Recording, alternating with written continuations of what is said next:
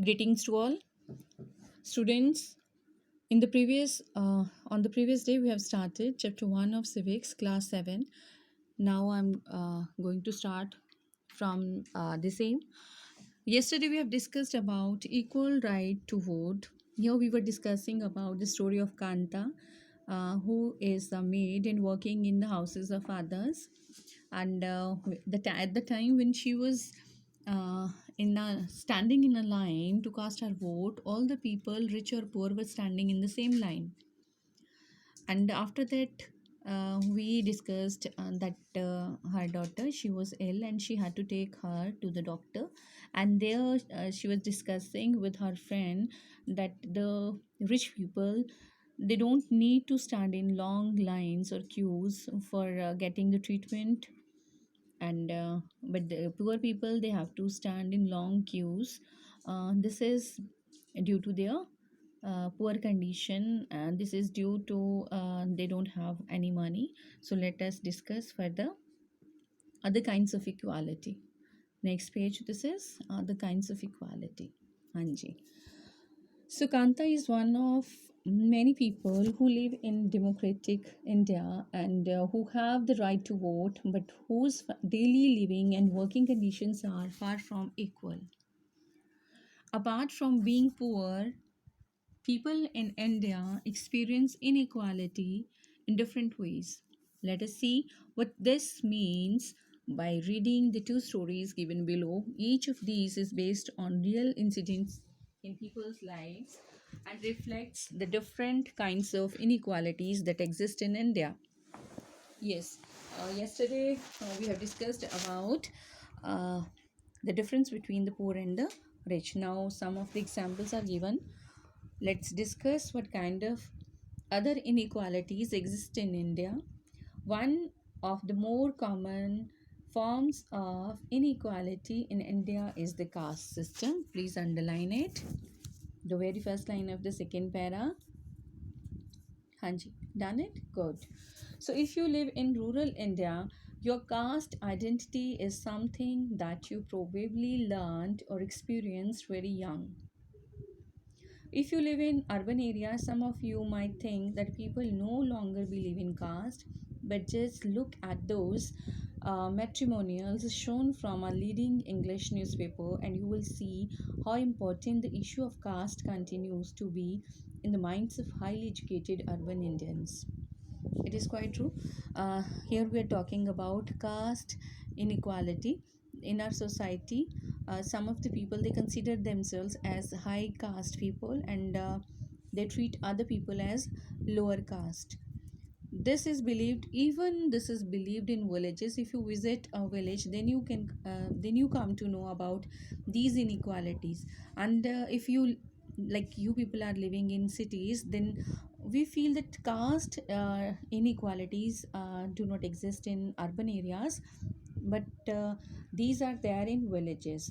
And one example is given that if we see the matrimonials shown in English newspapers, then we come to know about the that caste continues even in the minds of highly educated people, urban Indians. Okay, so no doubt it exists in India. The people, they believe in caste system, though according to our constitution, this caste inequality, it nobody can discriminate others on the basis of just caste system, but even then it continues. Next para. Now let us read a story about the experience of a Dalit child attending school. You have already read about Dalit in the class 6 book. Dalit is a term that the so-called lower caste used to address themselves. Dalit means broken. Underline this. Dalit means broken. And by using this word, lower castes are pointing to how they were and continue to be seriously discriminated against. Yes, in the previous class also we have discussed about it, about the caste inequalities, that the so-called lower caste people, about Harijans also we have read in the sixth class. that those people, they call themselves Dalit. Dalit means broken, means they were broken from the mainstream. And the people who call themselves as so upper caste people, they used to discriminate these lower caste people. And these lower caste people, they were discriminated, or they were ill treated, badly treated in our society. So see the story of Om Prakash Valmiki. Om Prakash Valmiki is a famous Dalit writer. Underline please. Om Prakash Valmiki is a famous Dalit writer. In his autobiography Juthan, underline this also, whose autobiography is Juthan? Om Prakash Valmiki. He writes, I had to sit away from the others in the class, and that too on the floor. The mat ran out before reaching the spot I sat on. Sometimes I would have to sit way behind everybody, right near the door. Sometimes they would beat me without any reason. When he was in class 4, the headmaster asked Om Prakash to sweep the school and the playground.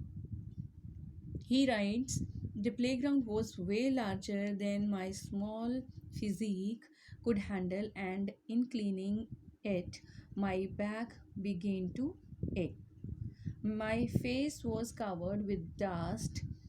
Dust had gone inside my mouth. So here we are discussing the story of a child. The child was in fourth class because he belonged to so-called lower caste. He was discriminated even by teachers. He was made sit at the back, sometimes on the floor, because according to the story, that the mat, on the mat only upper class the children, they used to sit, and he was made to sit at the back. And one day the headmaster asked him to clean the school playground. And now you can imagine a fourth class child, it may be, I think, 9 years child, 9 or 10 years child, was asked to clean the school. And during cleaning, dust had gone inside his mouth. The other children in my class were studying, and I was sweeping. Headmaster was sitting in his room and watching me. I was not even allowed to get a drink of water. Now see how poor condition was. I swept the whole day from the doors and windows of the school rooms. The eyes of the teachers and the boys saw this spectacle. Om Prakash was made to sweep the school and the playground for the next couple of days, and this only came to an end when his father, who happened to be passing by, saw his son sweeping. He confronted the teachers, and then, walking away from the school holding Om Prakash's hand, he said loudly for all of them to hear, you are a teacher, so I'm leaving now. But remember, this school, sorry, but remember, this much master will study right here in this school, and not just him, but there were be more coming after him. Now see, when his father saw him cleaning the school, only then he confronted the teachers and warned them that his child will be studying in the same school, but nobody would ask him to clean the school. So this was the condition. Now see, the children, of Dalit caste or Dalit class, were ill treated by the teachers. Even the students, they also ill treated them. And after that cleaning, the child was not permitted even to drink water. How pathetic condition was at the time. So this is all for today, and tomorrow we will discuss it in the class. I think this is clear in your mind.